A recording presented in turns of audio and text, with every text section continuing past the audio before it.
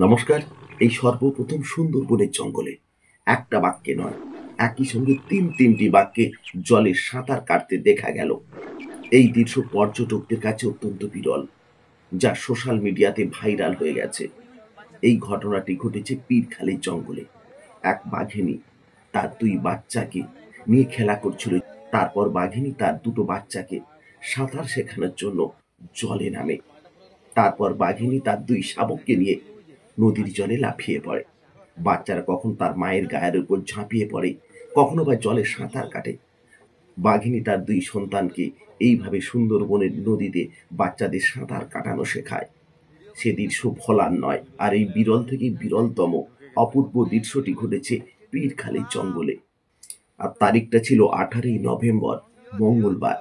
সাহিত্য সম্রাট বঙ্কিমচন্দ্র চট্টোপাধ্যায়ের সেই বিখ্যাত উপন্যাস কপালকুণ্ডলার বিখ্যাত উক্তি, আহা কি দেখিলাম, যা জন্ম জন্মান্তরে ভুলিবার নয়। ঠিক তেমনি সুন্দরবন জঙ্গলে একই সঙ্গে তিন বাঘের সাঁতার কখনো ভোলার নয়। কোটি টাকা খরচ করেও এমন তিনটি বাঘের সাঁতার দেওয়া জীবনে হয়তো কখনো আর দেখতে পাবেন না, যা পর্যটকদের এবং সারা বিশ্ববাসীর মন কেড়ে নিয়েছে। নদীর উপরে তিনটি বাঘের সাঁতার কাটা দৃশ্য যারা ক্যামেরা বন্দি করেছিলেন, তারা ছিলেন ত্রিপুরাবাসী এবং কলকাতাবাসী। তারা যখন পীরখালির জঙ্গলে যাচ্ছিল, সেই সময় তারা এই দৃশ্য তাদের ক্যামেরা বন্দি করেছিলেন। সুন্দরবনে বাঘের সংখ্যা কত, সেটা প্রত্যেক বছর বন দপ্তর গণনা করে থাকে। তাই 2025 সালের 11ই ডিসেম্বর এবং 12ই ডিসেম্বর বাঘশুমারি রয়েছে।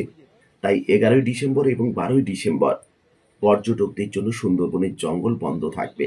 গত রবিবার কুলতলি ব্লকের দেবীপুর গ্রামের শম্ভু সর্দার অভাব যেন তার জীবনের নিত্য সঙ্গী। সে অভাবের জন্য, সন্তানদের মানুষ করার জন্য, মা বাবাকে মুখে অন্ন তুলে দেওয়ার জন্য তার তিনজন সঙ্গী নিয়ে জঙ্গলে কাঁকড়া ধরতে যায়। হঠাৎ শম্ভু সর্দারের ওপর বাঘের আক্রমণ। তার দুই সঙ্গী তাকে শেষ পর্যন্ত রক্ষা করতে পারেনি। বাঘের আক্রমণে শম্ভুর দেহটা ক্ষত বিক্ষত হয়ে যায় তার দুই বন্ধুর চোখের সামনে। তার দুই বন্ধু হাজার চেষ্টা করেও শম্ভুকে প্রাণে বাঁচাতে পারেনি। শেষ পর্যন্ত বন দপ্তরের পুলিশ গিয়ে শম্ভুর দেহ উদ্ধার করে। শম্ভুর স্ত্রী কয়েক বছর আগে মারা গিয়েছিল, কিন্তু বর্তমানে শম্ভুর দুটো ছোট সন্তান রয়েছে। রয়েছে তার বৃদ্ধ মা বাবা। তাদের সন্তানের দায়িত্ব কে নেবে? তার বৃদ্ধ মা বাবার মুখে অন্ন তুলে দেবে কে? তাদের চিকিৎসার দায়িত্ব নেবে কে? শম্ভু সর্দারের মতন শত শত শম্ভু সর্দার সুন্দরবনের জঙ্গলে মাছ কাঁকড়া ধরতে গিয়ে তাদের প্রাণ বিসর্জন দিতে হয়। পরিবারের সকলের মুখে খাবার তুলে দিতে গিয়ে শম্ভুকে শিকার হতে হলো বাঘের খাবার হিসাবে। সুন্দরবনের জঙ্গলে মাছ কাঁকড়া ধরতে গিয়ে শম্ভুর মতন কত শত শম্ভু প্রাণ বিসর্জন চলে যাচ্ছে, তার হিসাব কে রাখবে? আমরা জানি না সুন্দরবনবাসীর কপালে, সুন্দরবনবাসীর ললাটে কি লেখা আছে। সত্যিকারই কি সুন্দরবনের মানুষেরা শুধু বাঘের শিকার হবে?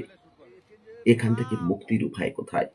যদি সত্যিকারে এই মানুষগুলোর কথা ভাবা হতো, চিন্তা করা হতো, এদের বিকল্প কর্মসংস্থান হিসাবে যদি শিল্প কারখানা করে দেওয়া হতো, অন্য কাজের সুযোগ করে দেওয়া হতো, তাহলে সুন্দরবনের শত শত শম্ভুকে হয়তো বাঘের শিকার হতে হতো না। এই প্রশ্নটা আপনাদের কাছে থাকছে। আপনারা কি ভাবছেন? সুন্দরবনের মানুষ কি শুধু বাঘের শিকার হবে, না সুন্দরবনবাসীর জীবন জীবিকার জন্য বিকল্প কর্মসংস্থান হবে? আজকের ভিডিও এই পর্যন্ত। দেখা হচ্ছে অন্য কোনো এপিসোডে। সকলে ভালো থাকবেন। সকলকে আরো একবার নমস্কার, ধন্যবাদ।